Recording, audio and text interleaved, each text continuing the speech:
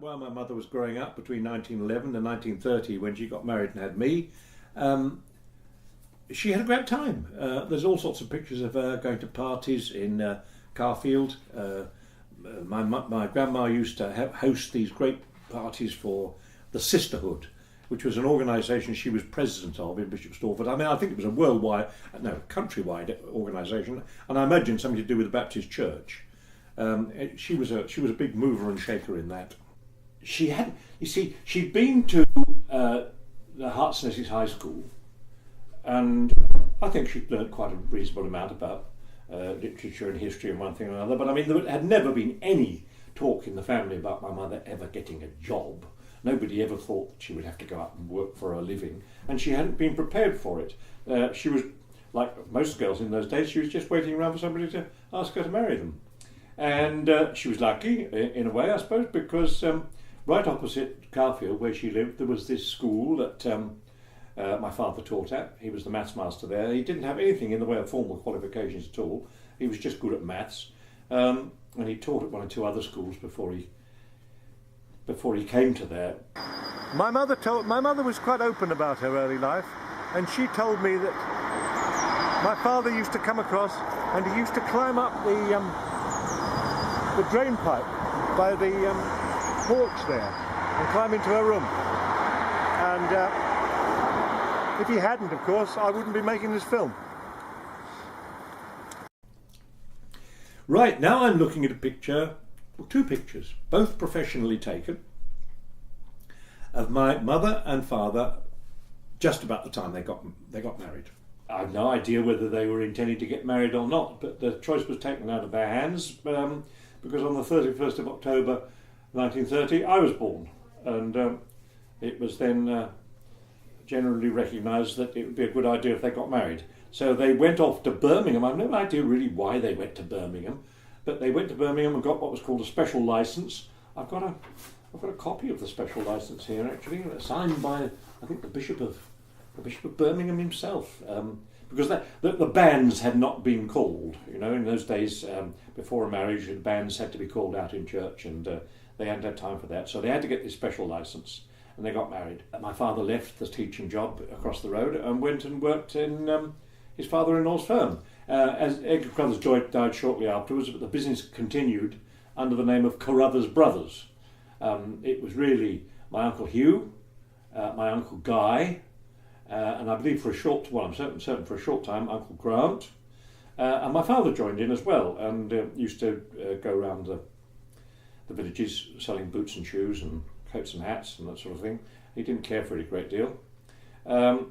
And they lived in Carfield. And the following year my sister was born, Merriman. And they looked around for somewhere to go and live, and we all moved. I can just remember it. I was 2 at the time. We all moved out to a little cottage near Bury Green, Hoop Cottage in Green Street, Bury Green. Right, well, when I was 2 years old, we left Carfield and came to live in this cottage here. It's called Hoop Cottage. And that over there is Hoop House. In Hoop House lived Mrs. Lester. She was a French lady, and she owned Hoop Cottage, and we rented it from her. I don't know, a few shillings a week, I expect. It hasn't changed a great deal. It's got but where the cars park, there's obviously a garage there. That's new. But the 3 bits, the tiles this end, the thatch in the middle, and the other tile bit at the end, that's the same as when we lived here. And we came here in 1932, and we must have left in possibly 37, possibly 38, just before the war, when we moved up to Birmingham. But my childhood was spent here. My early childhood was spent here. It was quite a nice little cottage. It had electricity and drainage and hot and cold water, which for country cottages in those days was quite something.